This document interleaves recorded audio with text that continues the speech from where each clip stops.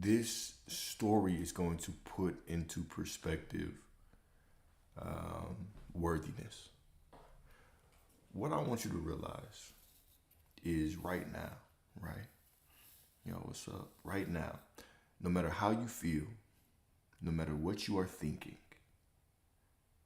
no matter how you feel, no matter what you are thinking, right now, there is nothing that can get you closer to God. And there is nothing that can move you further from God. Okay? Hear this. No better thoughts, no better feelings can get you closer to God, can put you more in your prosperity. So, this chapter, right, and I actually took this chapter out this book, right? But this chapter is going to take you through a journey that can help you understand your inherent worthiness. So it's a different pace today. We're not doing a typical discussion. We're going to read a story. All right. So here we go. It's called The Grace That Cannot Be Lost. All right. The night was quiet, except for the sound of his own thoughts. He sat at the edge of his bed, his head bowed, fingers trembling in prayer. He had prayed before, many times, but tonight he was desperate to feel something holy. The room felt empty, his chest heavy. He whispered, God, I just want to be closer to you. But beneath that whisper, another voice stirred. It said, closer to what? He froze. For a moment, he thought he was imagining it. But the voice didn't echo from the walls, it pulsed from within. The soundless sound of the soul remembering itself. He tried to pray again, but the words felt hollow. The wind outside rustled the curtains, as if the unseen was moving through the ordinary. In that moment, he realized he wasn't waiting for God to arrive. God was the silence itself, the breath between his thoughts, the awareness that witnessed his struggle. The stillness didn't require effort. It wasn't a command to do. It was an invitation to remember, right? So we have this start. And most of us get to this point on our journey, right? Where whether you're in the reality creation space or you were in a religious space, you desire this connection. Okay? You desire this connection. You want this touching of source, right? You want to feel like you can touch source, like you can reach out and feel something real. I want to know if this works. I want to really know that I'm worthy. I want this to click. Right? So this is the same journey that this gentleman is going through. All right? So let's read a little bit further. He had spent years trying to become worthy, meditating, manifesting, fasting, reading scriptures, chasing every promise of peace. Yet every attempt, though sincere, carried the hidden belief that something was missing. The more he tried to reach the divine, the further away it seemed. Maybe the next step, maybe the next meditation, maybe the next coach, maybe the next affirmation, all right? How often do we do the same? We think enlightenment is a peak to climb when it is the ground beneath our feet. We think we have fallen from grace when grace was never something to fall from, but the eternal state of being held, right?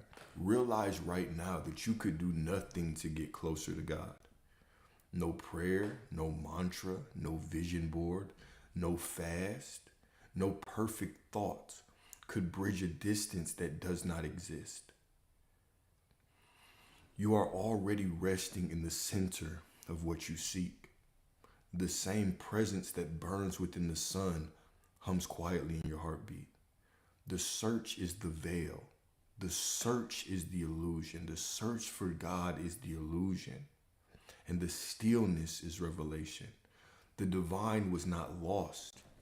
It was only hidden beneath your effort to find it.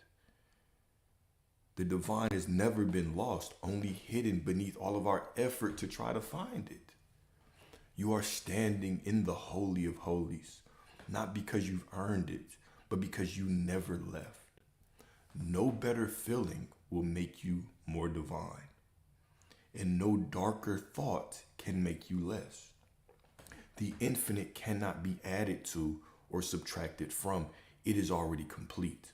Like the ocean that does not become more itself because of calm or storm. Your essence remains untouched by the waves of emotion. Do you understand how profound this is? You do not have to fix the tide to prove you are water. The peace you long for is not a reward for stillness. It is the truth that holds you when you are shaking. Even your doubt is sacred, for it shows you what happens when love forgets its own reflection. Right? It's all sacred. There's nothing that could keep you from source. There's nothing that could keep you from God, pull you away from God, get you closer to God. You just are. Your existence is your worthiness. All right? When you stop trying to become, you remember that you already are. So this is when we talk about this, cease striving, the be still and know. The be still and know that I am God. When we talk about that from this stop or this cease striving perspective, this is what it means. It means right now, stop where you are at. Whatever you're doing, whatever you're feeling, whatever you're thinking right now, no better thought will get you closer to God. No worse thought will pull you further from God. No better feeling will get you closer to your divinity. No worse feeling will subtract from it. The only thing stopping you is your acceptance of your perfection right now. This is it. This is the work. Can you accept yourself the way that God accepts you? Can you accept yourself the way that consciousness, infinite intelligence, just accepts you? Okay? When you stop trying to become, you remember that you already are. You have always been what you are searching for. You have always been what you are searching for. The awareness behind every breath, the silent witness behind every thought. The mind seeks milestones, but God lives in moments. Every inhale is communion. Every exhale, surrender. You are not becoming holy. You are awakening to holiness. The infinite does not measure progress. It recognizes presence. Be here now and know that all along, God was never something to reach, only something to remember. Right? So quote from your I am awareness, Jesus, your Christ consciousness, right? The kingdom of God is within you. It cannot leave. It cannot leave. Not above, not after death, all right? Not after you feel better, not after you think a better thought, not through rituals, not through meditation, not through the approval of someone else saying, dang, you really get it. It is within you right now, all right? The mind, right, proud in its striving, does not see that every attempt to reach the divine implies the belief that we are separate from it. Let me say that one more time. The mind, proud in its striving, proud in its program to constantly strive and seek, does not see that every attempt to reach the divine implies the belief that we are separate from it. This is the verse, be still and know that I am God. Cease striving and know that I am God means literally stop where you are right now. I don't care how you feel. I don't care what you're thinking. No better thought, no better feeling. No worse thought, no worse feeling can take away from the absolute perfection that you are. This is about radical self-acceptance. This is simply accepting the truth. This is finally accepting the truth of who we are. You are God. God is never left. Your perfection, your prosperity, your wealth, all of those things are automatically added to you. You can do nothing. You can do nothing to add to the prosperity that you are. You can do nothing to take away from it. You simply need to accept it. You simply need, this is why when it clicks and it is easy and things flow into your life beautifully and easily, because this is what you deserve. This is who you are. Okay? So the next part, right? So we're going to go through this brother's journey a little bit more, all right? As the man sat in the dark, something in him surrendered. He stopped bargaining with God or himself, however you want to think about that. He stopped bargaining with God. He stopped reciting prayers to change his circumstances. He stopped trying to affirm things. He stopped trying to visualize a better future, a better situation, right? He whispered instead, I will stop trying to feel better. I will let this moment be holy as it is. I will stop trying to feel better about whatever situation I see, about whatever feeling I'm feeling for no reason at all except for as part of my human experience. I will let this moment, this sacred moment, be holy as it is. This is the only thing to do. This is the only, allowing this moment to be sacred and holy as it is the only thing to do. Everything else is an illusion. It's chasing an illusion. Believing that you can be more worthy with different thoughts in this moment is an illusion. Your worthiness is already inherent to you. I'm hoping this is clicking. Because this is the core message. When I say cease striving, when I say stop trying to be worthy and know that you are, this is the core message. Right? Let this moment be holy as it is, because it can be nothing else. This moment can be nothing else but holy. All right? And that's when it happened. All right? So he whispered instead. So my brother, he whispered instead, I will stop trying to feel better. I will let this moment be holy as it is. And that is when it happened. The silence became alive. The air itself seemed to glow. It was not a miracle in the sky. It was a revelation in the heart, right? You know, I love using heart. I love talking about the heart, right? And I love when scripture talks about the heart. As a man thinketh in his heart. Not just thinketh, but thinketh in his heart. Because this implies acceptance and knowing, right? It wasn't a miracle in the sky, right? I would constantly say that. The miracle is the realization. It's the realization of who you are. That's the miracle. Everything else is secondary. Everything else is a byproduct of this realization that you're having right now. All right? It wasn't a miracle in the sky. It was a revelation in the heart. The understanding that there was nothing to fix, nothing to earn, and nothing to fear. There were no more illusions to chase. Grace is not the reward for perfection. Grace is the truth that perfection never left. All right. So quote from Meister Eckhart in this, right? God is at home. It is we who have gone out for a walk. Hopefully this hits different. Hopefully this hits different right here. God is at home. It is we who have gone out for a walk. This moment has always been holy, and God has always been perfectly right here. It is us who believe, no, this moment's not enough. I need to think a better thought about it. This moment's not enough. I need to feel a better feeling about it. Do you hear me?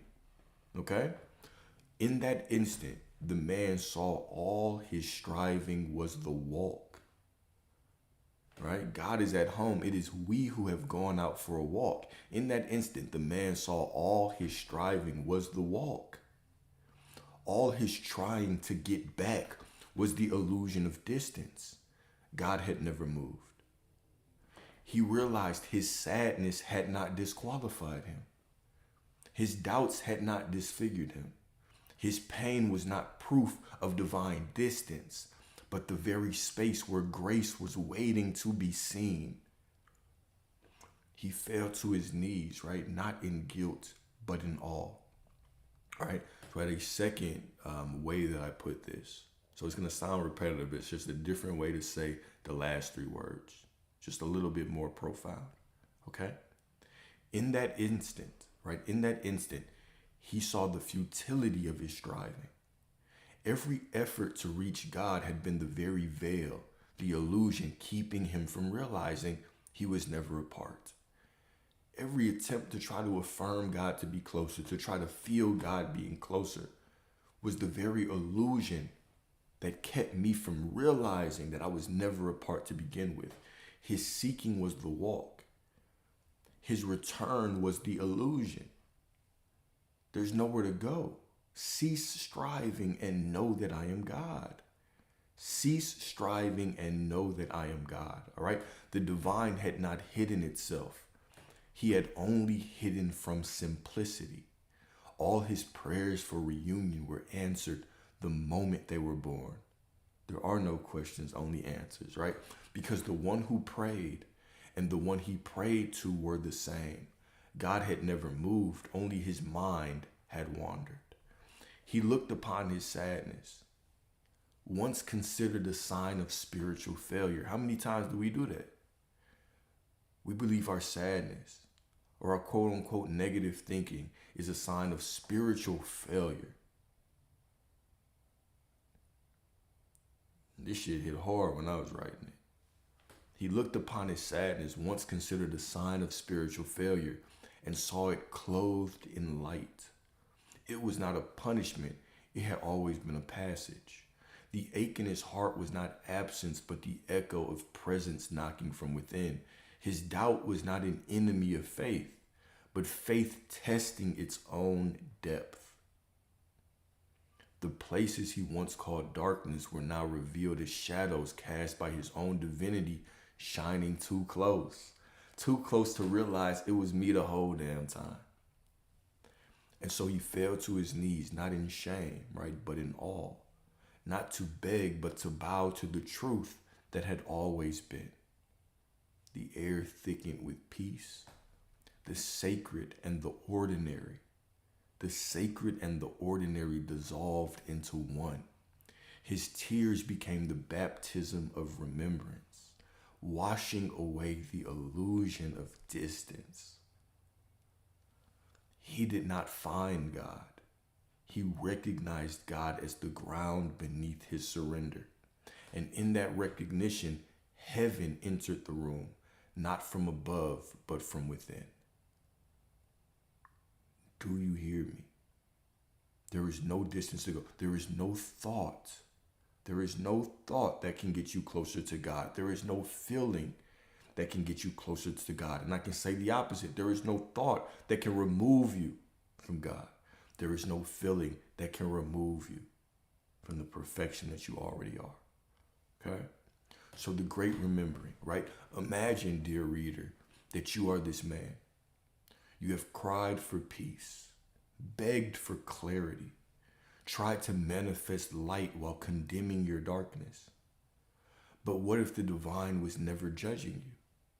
What if every moment you thought was quote unquote off the path was actually the exact step meant to bring you home? What if every single thing was simply a bridge for you to stop, cease striving, and remember that you were God? What if every moment where you started trying to affirm, to be more, affirm and pray for things to change, was the very moment that an alarm should have went off to say, oh, whoa, whoa, whoa, whoa, whoa. This is simply an opportunity for me to realize who I truly am, for me to remember who I truly am, okay? So quote from Lao Tzu, right? When I let go of what I am, I become what I might be. In letting go of trying to be holy, he became holiness itself. You are not on your way to grace. You are the embodiment of it. Every breath is a prayer answered. Every heartbeat, a hymn of divinity remembering itself through flesh. The separation was never real. It was always an illusion. The river cannot be apart from the ocean, and you cannot be apart from God. All right? So we constantly talk about this, right? This Acts 17:28. In him we live and move and have our being. In him we live and move and have our being. When you understand this, life stops being a test and becomes a revelation. When you understand this, life stops being a test. It stops being this battleground for you to prove your divinity and affirm your way to holiness and feel better about the shit you don't like. Feel better so you can be closer to God, right? All of that illusion dissolves. And you realize that God has always met you here and now. In whatever state that you are in, it's always been perfect. Perfect. You realize prosperity was never about what you receive, but what you allow. Take that allow very seriously, very literally. What are you allowing? And what are you allowing yourself to feel and know that you are still divine? It's often the attempt to avoid emotions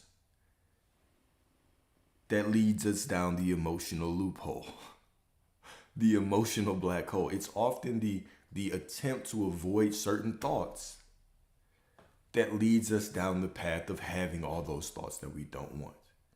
But what if we simply accepted whatever the thought is, whatever the feeling is, it cannot add or take away from the perfection that I am? How would that change your life? How would that transform your relationship, even with your desires? How would you be able to show up differently for the people in your life without thinking that they could talk your way out of holiness? They could push you out of alignment. That the situation could make you feel some type of way that could break the chains that you have with God. We start to realize that all of that was an illusion. This is liberation.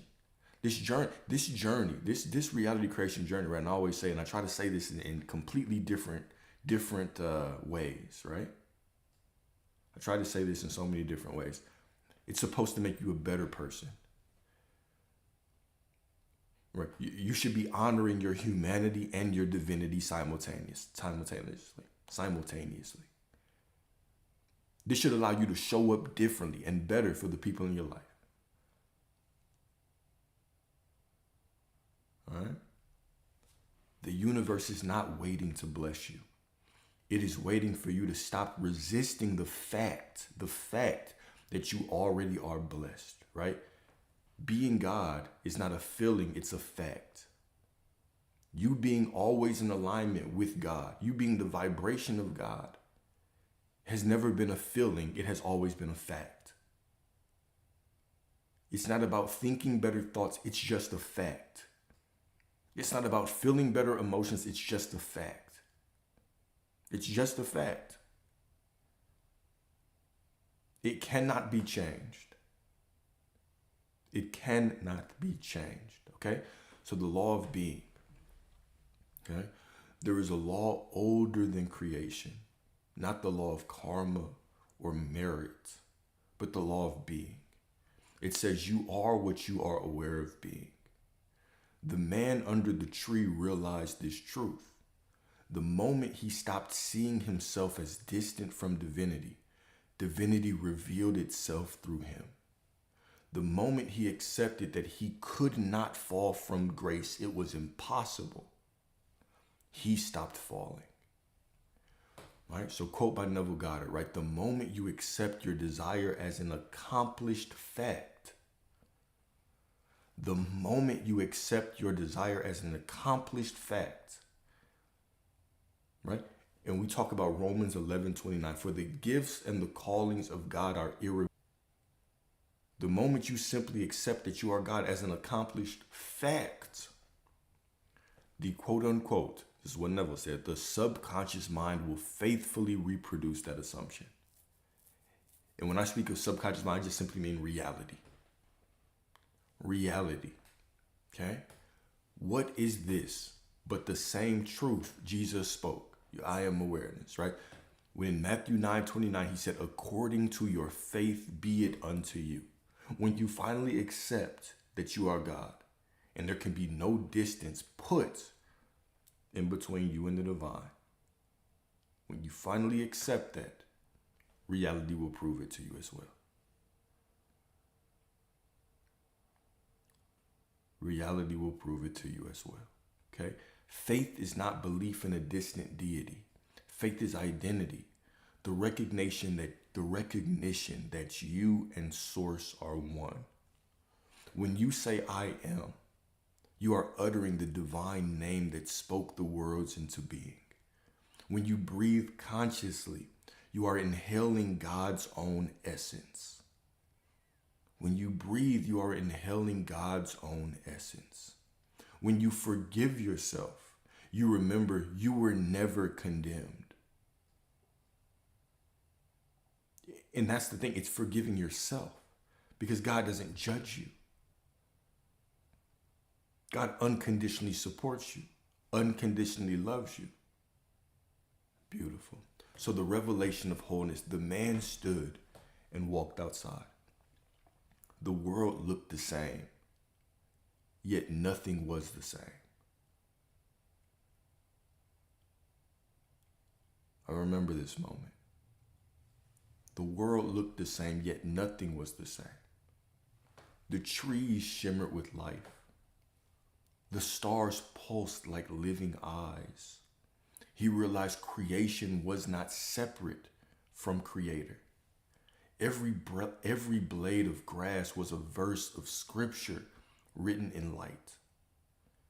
He laughed, not from amusement, but from relief.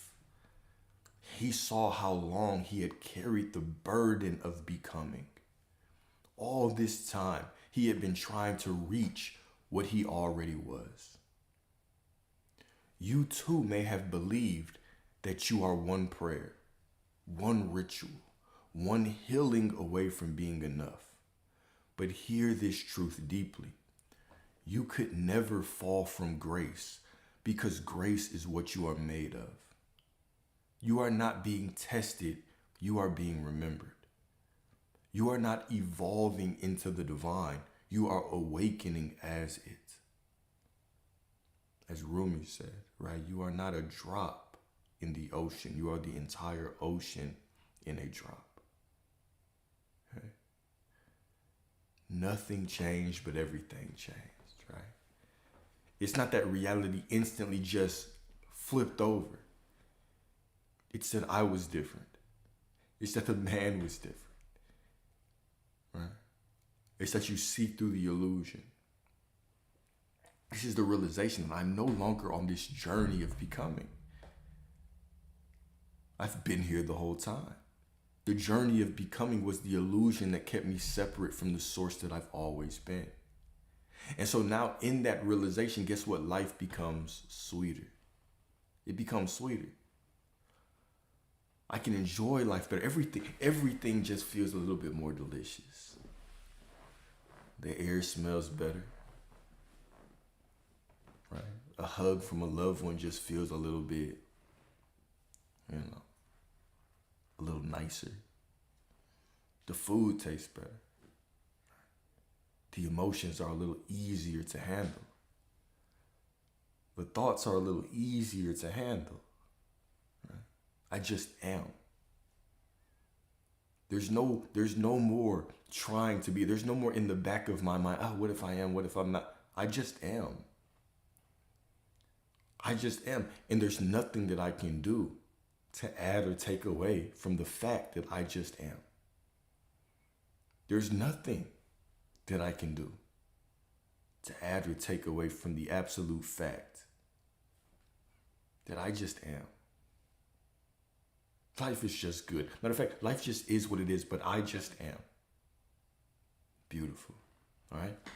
So the return to effortless flow, he began to live differently. He stopped chasing signs and started seeing them everywhere. He stopped asking, what should I do to feel close to God? and began living as if there was no distance left to close. The circumstances of his life did not instantly change, but the lens through which he saw them did. He saw that the same intelligence guiding the planets guided his path. He understood that even delay was divine choreography. He realized prosperity was never something to chase. It was the natural rhythm of alignment. The fruits of grace grow not from striving, but from surrender. The river does not strain to reach the ocean. It flows because of gravity, and gravity is simply another name for God's order. Do you hear me? Right? Luke 12:27, right? Consider the lilies, how they grow. They toil not, they spin not. They all get taken care of, right? They all get taken care of. So why then do you toil? Why do you measure your worth by the movement of circumstance? Hopefully that one hit right there. Why then do you toil? Why do you measure your worth by the movement of circumstance when all of creation bends to your awareness? Stop trying to prove your light, just be it. Stop trying to deserve your destiny, just live it. Stop trying to reach heaven. Open your eyes. You are standing in it. Grace has no opposite, all right? Even in your darkest moments, grace does not leave. You cannot scare away the eternal by being human. You cannot scare away the eternal by being human. You cannot invite the eternal back to you by trying to be more divine. There is no distance. There's no distance to travel. You cannot offend love by being lost. The only distance between you and God is the thought that there is one. In the Gospel of Thomas, Jesus said, "Split a piece of wood and I am there. Lift up the stone and you will find me there." This means nothing is outside the sacred. Not your pain, not your confusion, not even your rebellion. Grace is not fragile. It does not withdraw when you stumble. It expands to meet you. When you see this, shame dissolves, fear fades, and life becomes a dance of divine remembrance. Each moment a mirror reflecting back the truth. You have never fallen. You have only forgotten that you were already home. I am that I am, right? No matter what. So hopefully that story helps. That journey of remembrance, right? And the main point of this was what? There's no thought that you can think, no feeling that you can conjure up to get you closer to God. There's no thought that you could think, feeling that you could conjure up that could pull you further away from God. Your worthiness is already written in your DNA. You are already perfect, already divine, already whole, already complete, already prosperity. You are already everything that you desire to be. The only thing left is acceptance. Acceptance. Okay? So still got a couple reflection questions for you, 3 of them. Number 1, where in your life do you still believe you must earn what has already been given? Take some time to think about this. Where in your life do you still believe you must earn what has already been given? Where? Do you truly understand that no thought can get you closer? No thought can pull you away. No feeling can get you closer. No feeling can pull you away.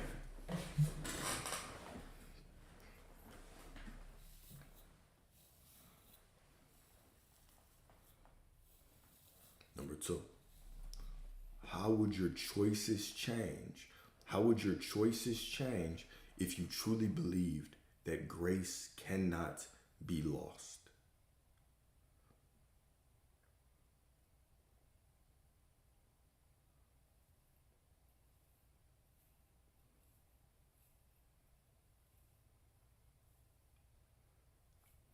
It's not. So answering the question isn't claiming limitation, right? Answering the question is the honesty that puts you aware, that puts awareness on a spot that you can simply heal. Once you are aware that there is something that comes up with these questions, that is the healing. Because you're aware of it, it's no longer underneath your awareness. It's no longer beneath your awareness. And now you can simply make another choice. You can choose to see things differently. That's all. Don't be scared of your thoughts. Don't be scared of your emotions. This is the purpose of this discussion. There is no thought, there is no feeling that can get you closer or further, get you closer or take you further from God, from alignment. Nothing. The only thing that takes us there is our belief that there is a distance. And so just by me asking a question of, well, if I answer this, does this make me claim limitation? Of course not. It just allows you to be aware. Be aware of yourself. And in that awareness, now you can eliminate anything that implies separation. Okay? So number two, right? How would your choices change if you truly believed that grace cannot be lost?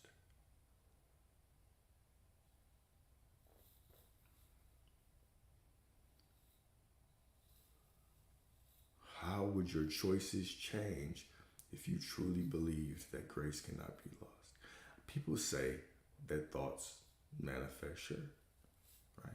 But I tell you right now, if you go binge watch Ozark for the next 3 weeks and all you think about is Ozark, all you think about, is selling that work. That's all you think about. It's not going to show up in your reality because you're not identifying with it.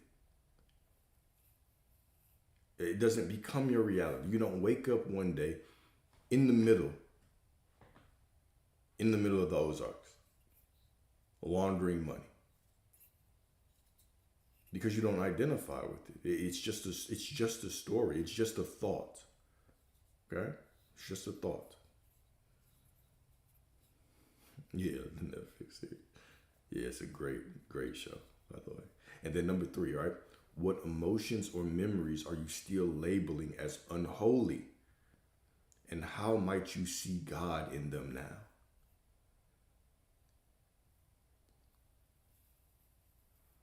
What emotions or memories are you still labeling as unholy? And how might you see God in them now?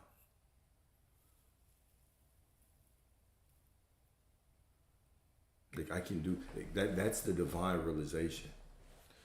And how it washed over me was just, man, I can do nothing.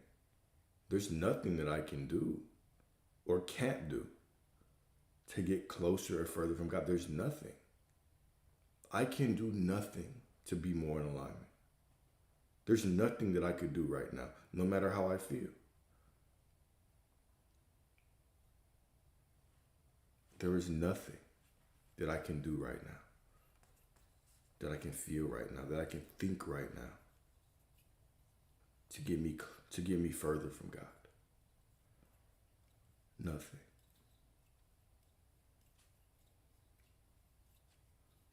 The only distance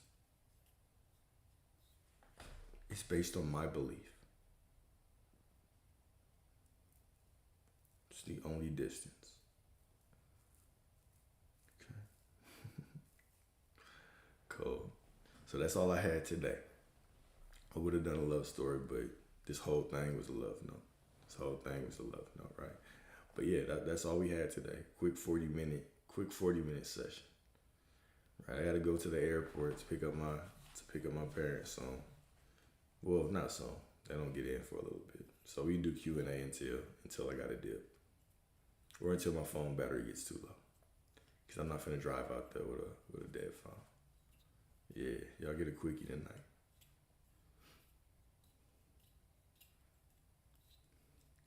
Do this one again? What you mean do this one again? All right. Do you think we have? I mean, you can always go to YouTube and watch it. They're all recorded on YouTube, so you ain't miss anything. Do I think we have a destiny or fate, or do you think we can change our destiny?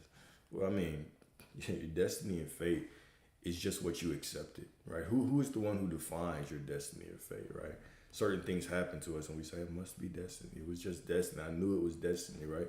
But who is the I, right? Who is the one who defines that it's destiny? It's always us. So it always comes down to us anyway. Right? It always comes down to us. Thank y'all. I'm glad y'all enjoyed this one. I got 24%. So we cool for now. 24%.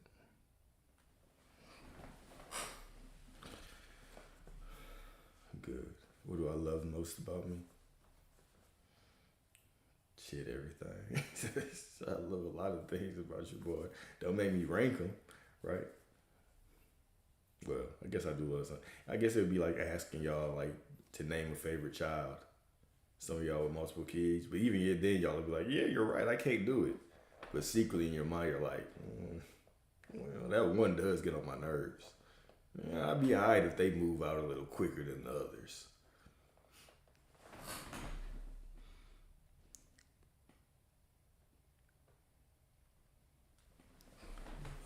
About healing a lot. My bad. Dang, y'all write so fast sometimes. Little thumbs just working tonight, huh?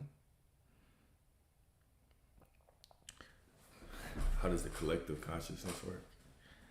So the collective consciousness, right? How it works is the same way. All right, everything works on a micro and macro level. Let me put it like this, all right? Right now, you can think of the earth as a body, right? Think of the earth as a body. If right now you look at the earth from this huge view, right? If you think that there was some satellite that they shot up into outer space and they took pictures, right? When you see the image of the earth from far away, it just looks perfect and peaceful, right? When you look at the human body, right? Just from this view, right? From the outside, I'm looking at you, y'all are looking at me, right? So if I just look at y'all, I see harmony. I say, oh, you're fine. You're alive. You're walking around. The more that we zoom in, we're going to start seeing things that could look chaotic, right? We're going to see cells killing each other, cells dying. We're going to see some of y'all have hella parasites within you, right? That are changing things within you, right? But on the outside, it looks absolutely fine, right? Now, even within this body, things have different functions, right? You have brain cells, neurons, let's say, and their purpose is to fire and wire to remember. You have a heart. They have the cells in that area have a certain function, and the kidneys, and the skin, right? These things all have these different functions, and they work together for the harmony of the larger entity. Beautiful, okay? You can think of that same view on Earth, right? We have all of these different types of people, right? We have some people that act as the heart space of the Earth, right? The heart center of the space of this Earth, right? And their job is to love a little bit more, to show empathy, right? You have some people that are the inventors, they're smart. You have others that are the natural warriors or the protectors, right? You have all of these different functional parts of the whole. So you have things working on a micro level, and you have things working on a macro level, right? So we all have this universe all within us, right? Now, that really ain't have nothing to do with what I was going forward. I just wanted to explain that to show that there's different functions for different people. Now, if you understand that we are all taking an individualized perspective of all that there is. There's only one thought, one God, one power, and it's I am that I am. Right? So I am that I am is the only power. And so now, let's say that you are all that there is. You are this infinite being, this infinite spirit, not being. Being makes it kind of personified, right? You're this infinite spirit. You're the fabric of reality. And you create this divine vessel to hold all of you in. All right? And so you pour all of your essence into this divine vessel to experience yourself. And one of the things that happen is this divine vessel can hold all of you, but what it does is it naturally shatters. And so all of these infinite copies, these infinite still whole pieces of itself, they're still whole, it's still all that there is. It just splits into this fragment so it can experience itself. Right? Now, it doesn't just split into fragments on a kind of on a linear level. It's fractal, meaning it's not linear, it's fractal, meaning on one path or plane we have, let's say, humanity. On another plane we have the cosmos, right? We have planets, we have solar systems, we have stars, right? We have plant life, right? So if you notice, life mimics life. If you want to learn about everything, learn about anything. Because the same way that I can talk about the world as a whole, right? Can talk about all these different people on the planet, or these different things that serve as different cells, or they have different functions that benefit the planet as a whole. That's the same way that we can talk about nature. That's the same way that we can talk about just humans. That's the same way we can talk about the human body, the body of an animal, right? So fractal, if you study everything, right, what you'll see is when you start seeing the way in one thing, you start seeing the way in everything. Everything has this sacred repetition. So not only, right, sometimes I take a long route, I take the scenic route to answer y'all's questions. So not only are we manifesting on an individual level, not only is creation mimicked on an individual level, but it's also mimicked in a collective, right? I remember being in science class when I was young, and they would take us through the body and they would say, well, you have a cell. Cool. But multiple cells make up a tissue in the body. I was like, okay, cool. But multiple tissues make up an organ. Okay? And then multiple organs make up an organ system. And multiple organ systems make up an organism. Right? So you have all of these things that act on their own and they act collectively. So as humans, we are acting on our own, but we're also acting collectively. What do you mean? All right. Well, my beliefs, who I decide that I am. Okay. It's not that my hard work pushes me into the future. It's that my belief of myself pulls me, simply pulls me, guides me into the quote unquote destiny that I'm going to. All right. Now, in the same way that I'm guiding my reality, as a collective, the thoughts of the entire collective, the entire society does what? It does what? It pulls us into the future. Catching up. It pulls us into the future. All right? So we're not working as a people and pushing our way into the future. We're being pulled by our beliefs as a whole. Now, let's also think about this, all right? There are systems in place on this planet, right? And we buy into these systems so much that they become almost catchphrases. The American dream is a catchphrase, right? Oops. The American dream is a catchphrase, right? When people think of the American dream, what do they think of? They think about buying a home or working to their certain age, 401k, retirement plan, right? Now, what happens is so many people, as a collective, the majority of people believe in that. That becomes their identity. That becomes their personality. That becomes what they want. So as a collective, they're all buying into the same ideal. And then what happens? That system is upheld. Right? Think about it like this, all right? You're not truly seeing reality. You're seeing your beliefs pushed out. if you think, or if you study kind of the nature of sight, we have a sun. Whether you believe the sun is in the firmament, whether you believe it's way out there, it doesn't matter. You have a sun, and the sun shoots light. Light from the sun flies down here, right? And then guess what it's picked up by? Well, the only thing it can be picked up by, your eyes. So the light from the sun is picked up from your eyes. So you're not actually looking out and seeing anything. You're catching light from the sun, and then what happens? Well, that light goes into your brain. And what does it do there? It pulls this image from the one mind, right? Like we've always been talking, there's only one mind, one thought. So as a collective, we're all dreaming of what? We have these agreements together on what certain things look like. All right? And now that image is translated and it's projected from within our eyes, and we have the image of whatever we see. So whatever you see, whatever you're looking at is quite literally in the past right now. There's this entire process that goes on for you to see, but it's all built on the collective consciousness, right? So people will ask, well, how come I can't manifest this world peace? If you can manifest something, then why don't you remove all of the predators from the world or so much, or such and such? Because we are manifesting on two levels. In my reality, I can choose peace.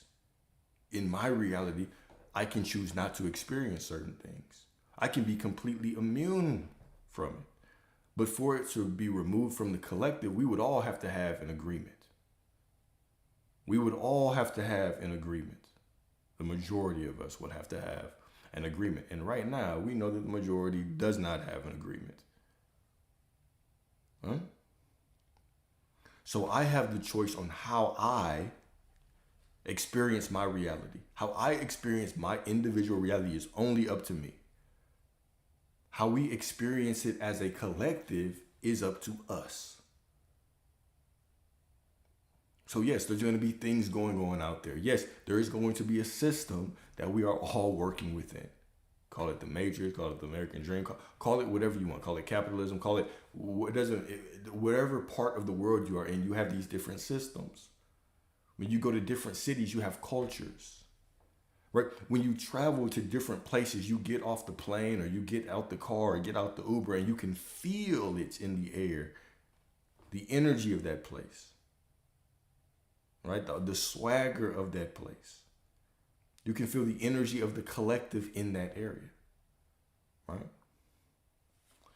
And then what if the us doesn't agree? And then we experience what we don't want? Well, you in your personal reality cannot experience what you don't want. Right? You cannot experience what you aren't in your personal, individualized reality. Now you can turn on the TV and still get a glimpse of the collective. Right? You're not going to sit here in your room and change the nature of politics in the United States. You ain't finna do it. But you can decide if that system impacts your life. You where I'm going. I can always choose how certain things impact my personal life. But I'm not going to be able to sit here and just wish away politics as a whole and allow America to fall into chaos. Okay?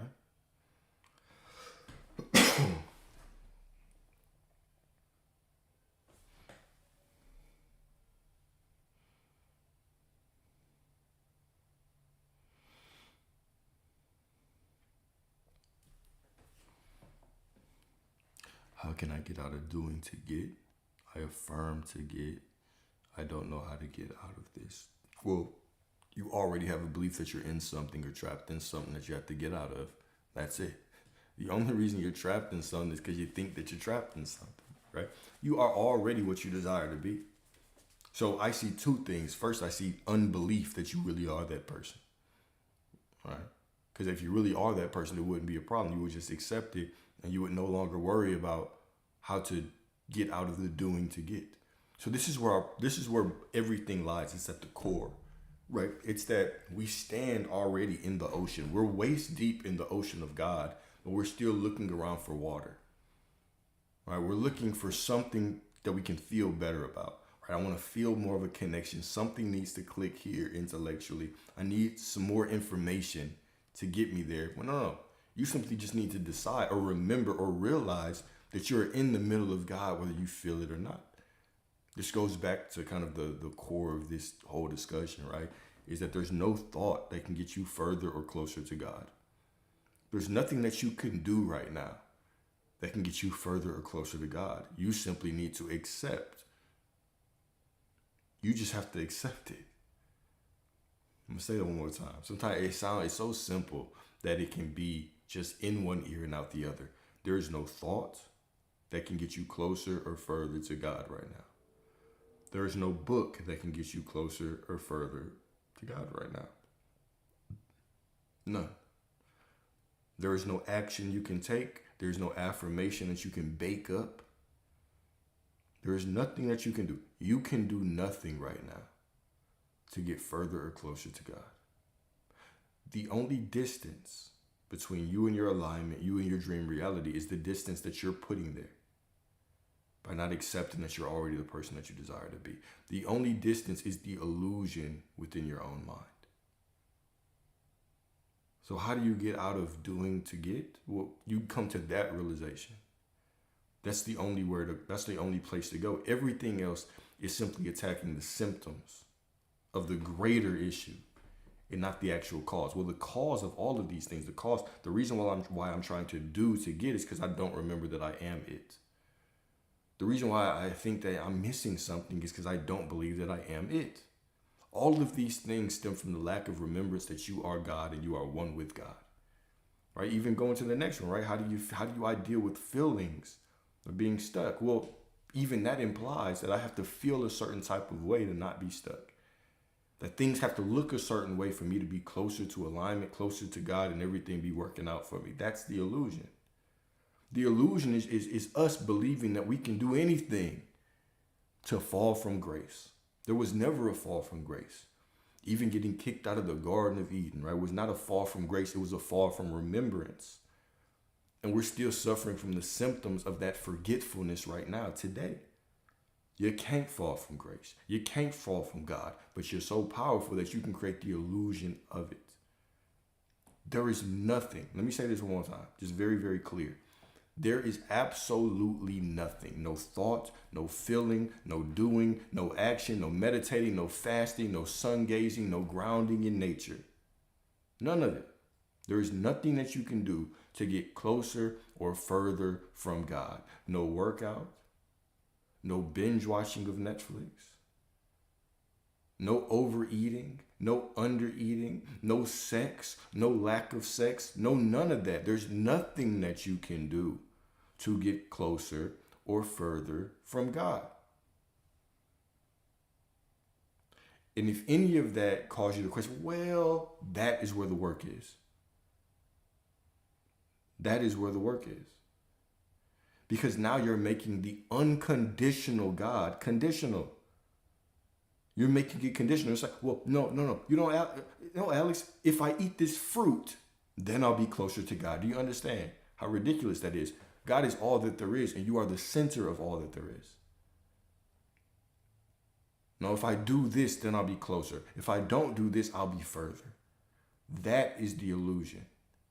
The only reason, right? All of us are already everything that we desire to be. The only reason, if you don't see what you want in your reality, the only reason you don't, whether it's a person, whether it's money, whether it's peace, whether it's a car, whether it's a house, insert whatever you want. The only reason you don't see it in your reality is because you refuse to accept that it's already yours. You refuse to accept it's yours. If it was yours, okay, I want you to really think about the mindset that I'm putting you in, the mindset that I'm pushing, okay? If it was yours,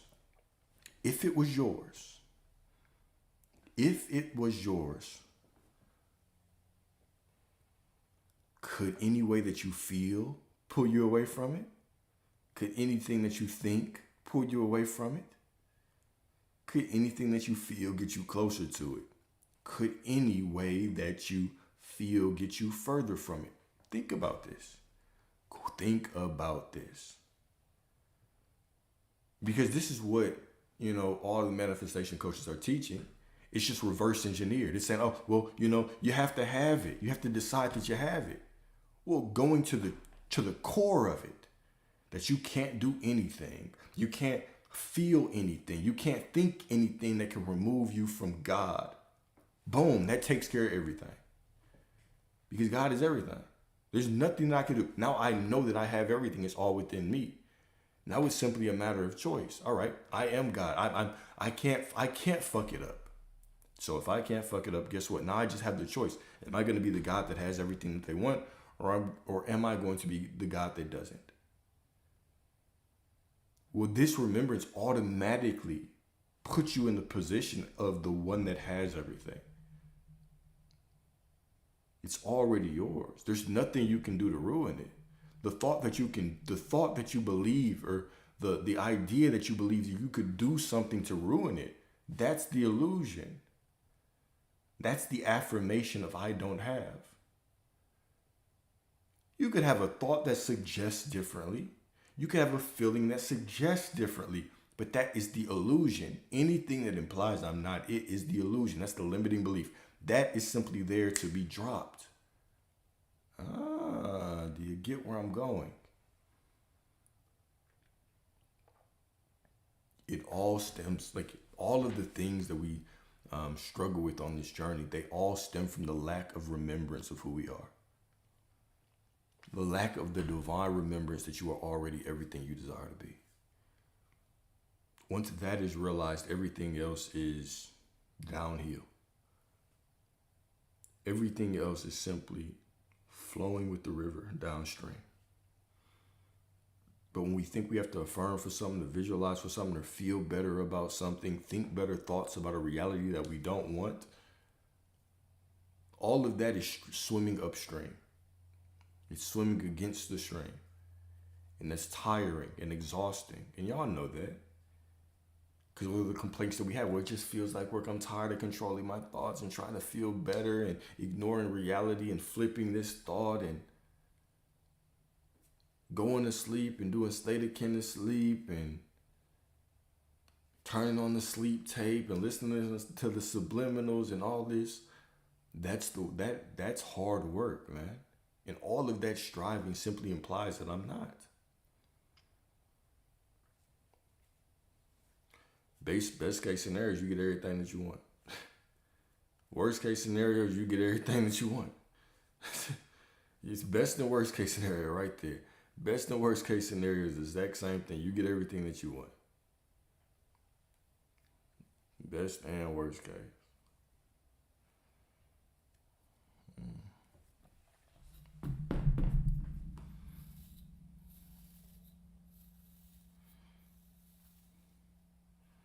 Best and worst. It's already done. It's already done.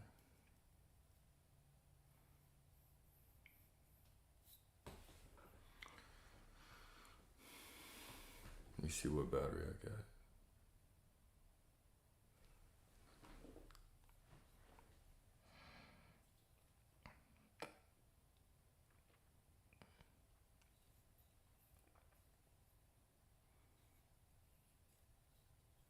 I know, right? It is a full house tonight. It's pretty cool.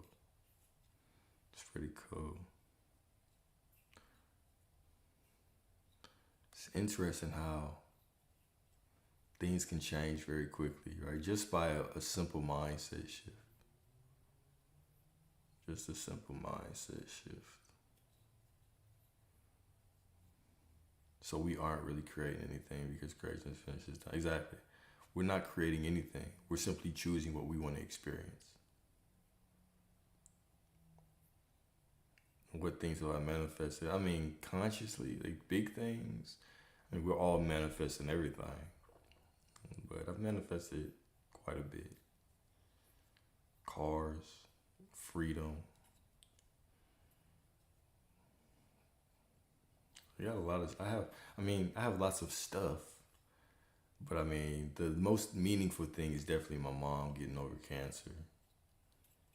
My mom going from stage 4 cancer, stage 4 lung cancer, 5-inch tumor, to being cancer free, right? That's number one on the list for sure. Number two is definitely when I was gonna get evicted and the money magically showed up. That's number two. Everything outside of that, I guess nothing really stands out. Like I've got I got several cars. I have a Lexus, I have a GX 550. I got a Benz. I have lots of things, right? But like it's most of it, you know, it's the most important thing on this journey has been has been the knowing that I'm everything. That's it. It's the knowing that I'm everything. 7 years later, 7 beautiful years. I love that number seven, right? The divine completion. The number of divine completion. Oh, and the lie with Joseph was cool. It was super cool. It was extremely cool. Um, I like the platform. Well, I mean, it was in Zoom, but I enjoyed it. It was cool. It made me start thinking of like, this would be cool. This would be cool to do. But I liked it because it was interactive, right? But we talked about a lot. I can't even really even pinpoint what was talked about. You know, a lot of times when y'all ask me like, "Hey, repeat that," or something, I don't know what y'all are talking about because a lot of this time, right? I'm just in the moment. I'm just present. No, no, not Joseph Rodriguez. Joseph, his name was Joseph Jansen.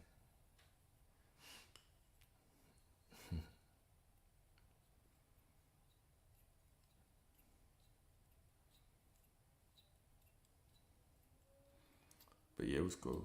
But a lot of times when I'm talking, I'm just in the present moment, so I'm just talking. I'm literally just talking. So yeah. What's up, Marie? You must have logged out. You must have left when I answered that already. It was in his community. It was in his community. It was a Zoom. It was a Zoom call. It was a Zoom call. It was a Zoom call. Yeah, it must have been school. I just didn't want to misspeak, but I'm pretty sure that's what it was. But it was through a Zoom call. There were like 40 people on there, maybe 30 something, 40 people. It was pretty cool. I thought it was fun. But anytime I'm talking about this stuff, it's fun to me. So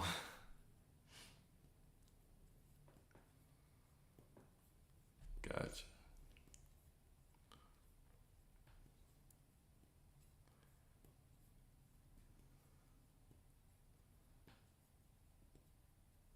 Seeing timelines.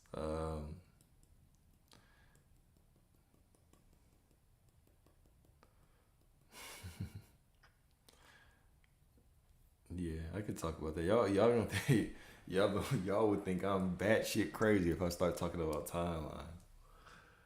I'll talk. Let me. I might answer that later. I might answer that one later. But I simply I some it's not all the time. It's not 24/7. I know some people can see a lot, right? You would be surprised at how connected certain people are, right? Have had conversations with people who see a lot of things, right? Have you ever met someone who sees dragons or heard of some people that see dragons? Or they keep it. Like, there's certain people that just have dragons on them, right? Or walk around with dragons, right? Anyways, so there's lots of there are lots of people that are tapped in to where they can't even really even they might not even be able to deal with reality like a human person. Like going to a bar or a very closely confined space could be extremely, you know, it could be too much. Okay, so imagine this. Imagine walking into a room and your girl walks in, okay? Or a ladies, your man walks in. And right after them, a version of them walks out the bathroom while another version is walking in the bathroom. And they're all fading away and getting more real and fading away. And they're all kind of intersecting with one another. Okay, so it's like one walks into the bathroom while one is walking out. At a moment they merge. And then another one comes out of them. And then it splits into two, and one goes into the kitchen and one comes up to kiss you. And then the one that kisses you turns into two. One of them sits down, the other one goes and gets the remote or asks you what foods you want, right? But they're disappearing. They're getting more prominent based on your beliefs, right? This is the nature of reality in itself. The nature of reality is that everybody is infinite, and you're constantly interacting with the dominant version of them based on your assumptions, right? Everybody is simply an empty vessel carrying your assumption. Now imagine that at the club.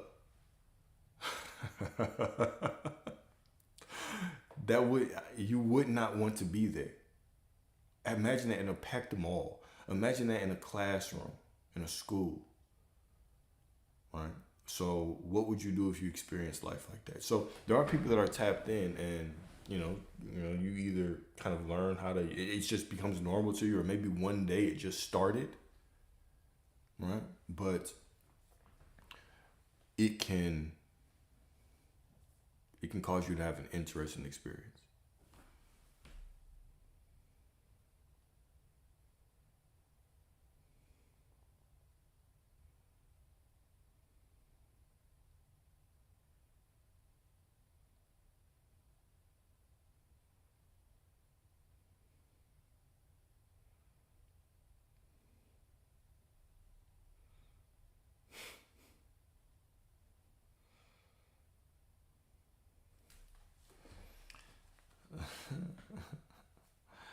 Do I believe in alkaline diet? I think that, sure, yeah. I think that it's beneficial if you want to heal yourself, right? But remember, there's always a physical way and a conscious way. What is more important, what you put in your body or what you believe about what you put in your body, right? Well, I would definitely say what you believe, right? So yes, you can heal yourself in these physical ways, for sure, most definitely. You can also simply heal yourself with your awareness that your body heals perfectly, no matter what you put in it, right? What makes a lot of those things, whether it's working out or dieting, or whatever the case may be, what makes a lot of those things powerful is the power of the mind. This is why we have the placebo effect. This is why there is a placebo effect. And if you don't know what the placebo effect is, basically, if there's a new drug or a new prescription or something, treatment for something that's being put on the market, there will typically be a test run on it. And in this test, there will be test subject, and some will get the real actual medication, and others will just get a fake pill of nothing. Be a sugar pill or whatever the case may be, right? And so what happens is that even the people that don't get the actual treatment will start healing. Because why? Because they had the belief that they healed. So I could right now, and I told y'all this story about one of people that I work with. No, well, yeah, cool. One of the people that I work with, she was getting sick, and she just decided every time she took a bite of something, it was healing her. She just woke up the next day, not sick, right? But you can do that in whatever. I told y'all the story about my shoulder. I had a shoulder injury from football back in the day, right?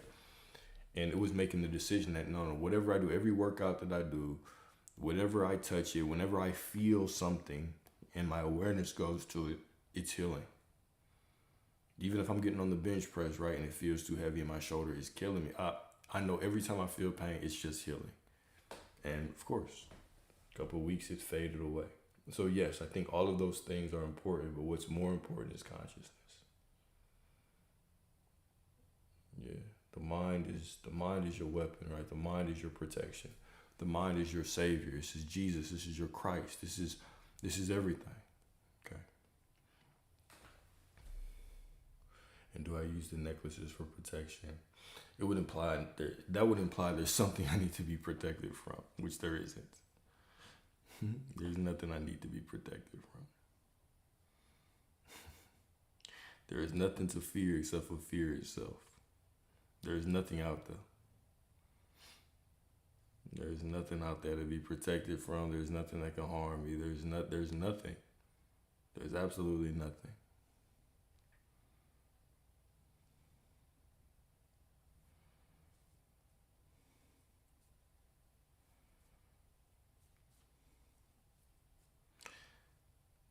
Why I emphasize that there is nothing, right? And why I made a point of saying that over and over again is because we do see in the spiritual space that people will go down this path of just constantly speaking for their limitations and saying like, oh, this is gonna go wrong, and these people are after me, and they're trying to do this, and yada yada, and just giving more life to it, right, over and over and over again, and then those things play out in their reality. Well, they spoke it into existence. They became the prophecy, right? It simply became the prophecy fulfilled of what they were decreeing. Right? If I know that I'm God, if I know that my beliefs, if I know that my assumptions create reality, then why would I ever begin speaking of assumptions that are against me? Why? That would make no sense. That would make no sense, because when I'm speaking, right, my word will not leave my lips void, right? It will return to me. It will accomplish what I set it forth to do, like scripture says, right? So your words aren't void. Me saying that these people are going to take me down, these people got it out for me, or why would I do that? You're a sovereign being. You're a sovereign being. You can only receive what you allow to be done to you, right? This is even Jesus, right? When he was standing in front of Pontius Pilate in scripture. And Pontius Pilate said, don't you know I have the power to crucify you? Don't you know I can kill you, boy? And he said, what? You would have no power over me if not given to you from above. Not given to you from some being in the sky, but given to you from above, from my consciousness. You can only harm me if I accept that you can. You can only do anything to me if I accept that you can. You are a sovereign being. You are a sovereign being. You are God. You are God.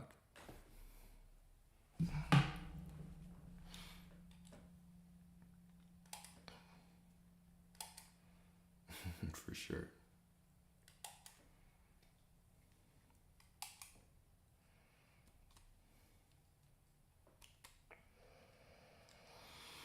I mean, I've had money come out of nowhere. I've had specific people, of lots of specific people, um, lots, lots of specific people. Um, I mean, shoot, I've had injuries that I've healed within myself. Um, like I guess nothing. I mean, y'all know what stands out to me. If you ask me what really stood out to me, shit, it was my eviction story. It's the eviction story, and now it's gonna be my mom. Right? Those are the two. Those are the two big ones for me. Everything else was like a hors d'oeuvre. Right? Those two things. Avoiding homelessness again, because I've swum in those waters before. I've been in that water before, right? But avoiding that, and then yeah, you heard wrong. You keep saying addiction. Why do you you keep saying that? Eviction, eviction, eviction. Why do I feel like we create problems for ourselves? I mean, lack of awareness. No, it's not a vibe. Even if it was, I'm still gonna answer. Most of the time, the things that we consider problems, we create them from lack of awareness. That's it. It's lack of awareness, right? But are there really problems? Are there really problems?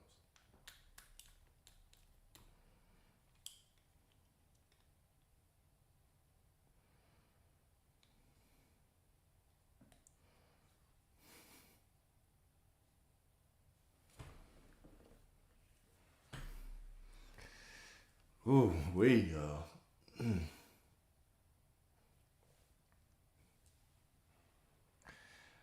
So remember how I told y'all that I was probably gonna stream still when I leave? I'm probably not. I'm probably gonna take a good couple weeks away from the streams. So I'm just gonna tell y'all that right now. Because I just feel like it. I just feel like it. Y'all got this. You got this. Right? You can always go through. I got YouTube. All the YouTube videos they're up. So you can always get on the YouTube and check things out. Right. Y'all got this. Y'all don't need anything else from me, really. Y'all really don't need anything else from me at all. Yeah, I'm gonna have a lot of fun. I'm gonna have a lot of fun. I'm gonna have a lot of fun. But yeah, the offer's still there, y'all. If any of y'all are in Houston or Vegas or LA over the next 2 weeks, then let your boy know. Let your boy know. But I'm headed out Wednesday. I'm going out to Houston Wednesday, and then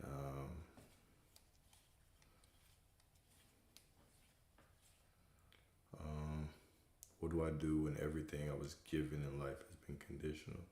Well, I don't identify with that past anymore. I know that I can identify with the new story right now, right?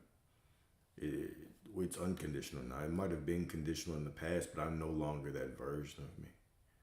So now it's unconditional. I might still do a live stream. I might still do a couple. It just won't be like every day or twice a day like y'all are used to. Yeah.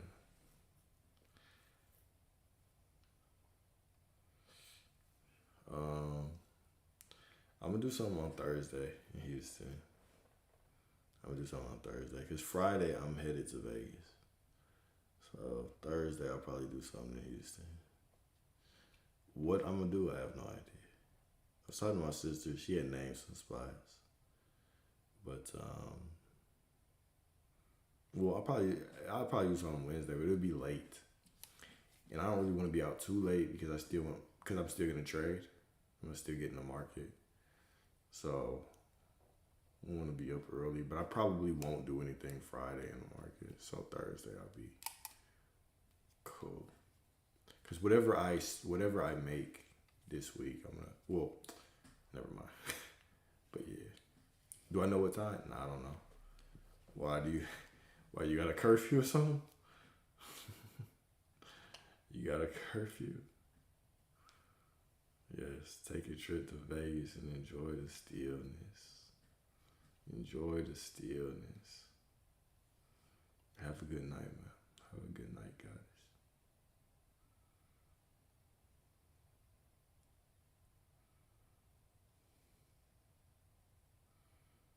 Well, it only shows up in every relationship because you're saying that right now, right? You're arguing for that limitation. You don't have to, though. Drop it. It's no longer you. I don't care what shows up today or tomorrow. It's not me anymore. So the new reality must show up.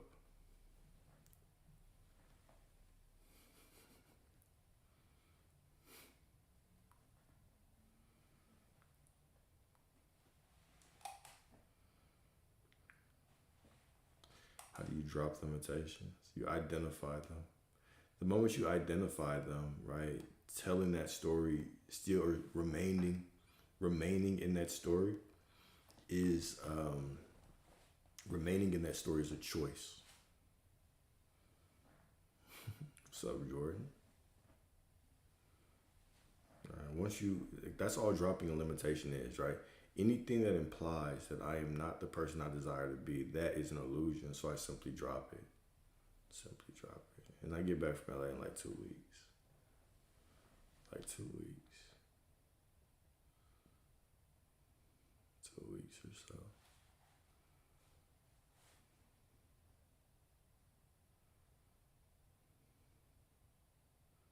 Have I experienced my higher self nodding and shaking my head to my questions? Nah, I've never experienced that. That sounds profound, though. I've never had that experience. Keep in mind, though, y'all, there's infinite ways that you can experience your higher self. You can experience your higher self. I had an experience where I was watching TV and I started asking questions, and I kept getting yes and no's. I kept getting yes, and I kept getting like this. It was great. It was pretty fire. It's pretty fire. So there's infinite ways, right? It's infinite ways.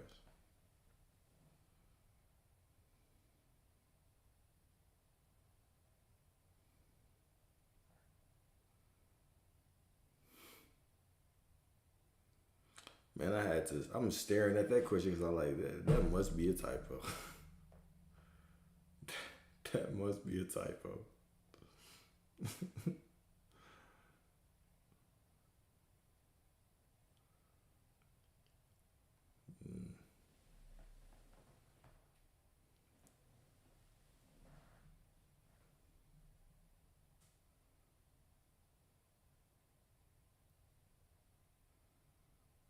Yeah, so the devil, consider the devil like, yeah, the ego, the shadow self. Not even the ego, because the ego is not the devil, right? The thoughts within you, the thoughts that pop up that imply you are not the person that you desire to be. Those right there, you can consider that the quote unquote devil.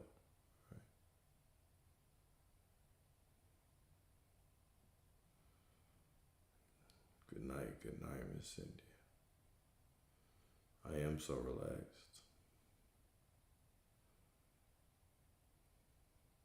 Appreciate you, Miss Christina.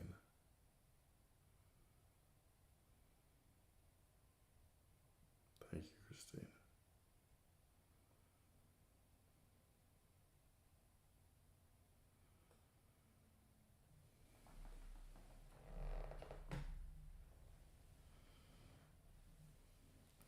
You won't miss anything if you go off. Honestly, I'm slowing down because I'm slowing down. I'm just buying time so I have to drive to the airport. But really, I could get off now. I'm gonna give y'all a couple more minutes, like 2. Well, I think my phone's about to die anyway. I only got 5%. So I'm gonna jump off in a second so I can charge my phone because I don't want it to die before I go.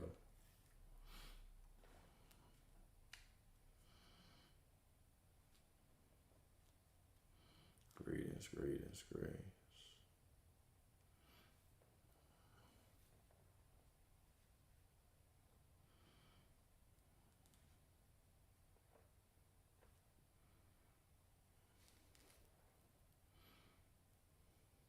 I would love to. I would love to tell you that story, but I don't have enough time right now. But I've said it in a lot of videos. Look at y'all. Put it in a low battery mode. Nah, well, I appreciate y'all. I am about to jump off though, because right now I'm not even gonna be able to focus for much longer. So I gave y'all a piece of my heart today. All right, so hopefully this was one of my favorite discussions, and I feel like I say that a lot, right? But we took a different approach. Just told the story of kind of this man coming into this realization that God has been with him this whole time. So I hope this resonated. Hopefully this gave you the same insight, just from a different angle, a different view. Okay, different view. All right. But anyways, I love y'all, right? Love y'all. Love y'all, right? Unconditionally. Y'all have a beautiful, beautiful evening. And I shall talk to y'all again. Yes, I shall talk to y'all again. All right. I was about to say a day, but I don't know. All right. I'll talk to y'all soon. All right. Love y'all. Peace.